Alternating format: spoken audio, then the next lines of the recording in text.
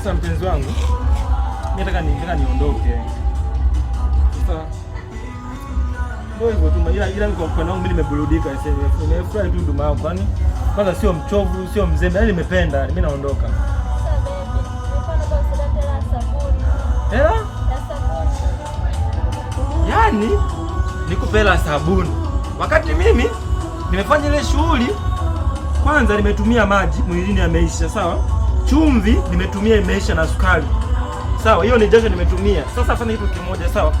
Nataka na mimi unilipe hela ya chumvi, ndio itumia, hela ya sukari na hela ya maji unipe hapa, afu mimi nikulipe hela hapo sasa tuone. Hakuna. Sikulipana, unanilipisha mimi kati sasa hivi nimefanya wote. Na mimi nataka hela ya chumvi na hela ya maji na hela ya sukari. Jasho nimetumia.